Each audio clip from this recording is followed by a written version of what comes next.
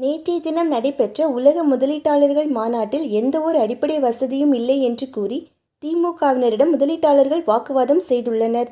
இது சம்பந்தமான காணொலிகள் சமூக வலைதளங்களில் பரவி, இதனை குறித்து இணையவாசிகள் முதலீட்டாளர்கள் மாநாடு நவீன மீன்கடை போல இருக்கிறதே என்று கலாய்த்து கருத்துக்களை பதிவிட்டு வருகின்றனர். தமிழ்நாட்டிற்கு புதிய முதலீடுகளை ஈர்க்க சென்னை வர்த்தக மையத்தில் நேற்றைய தினம், அதாவது ஜனவரி 7 அன்று தமிழ்நாடு உலக முதலீட்டாளர்கள் மாநாடு தொடங்கியுள்ளது.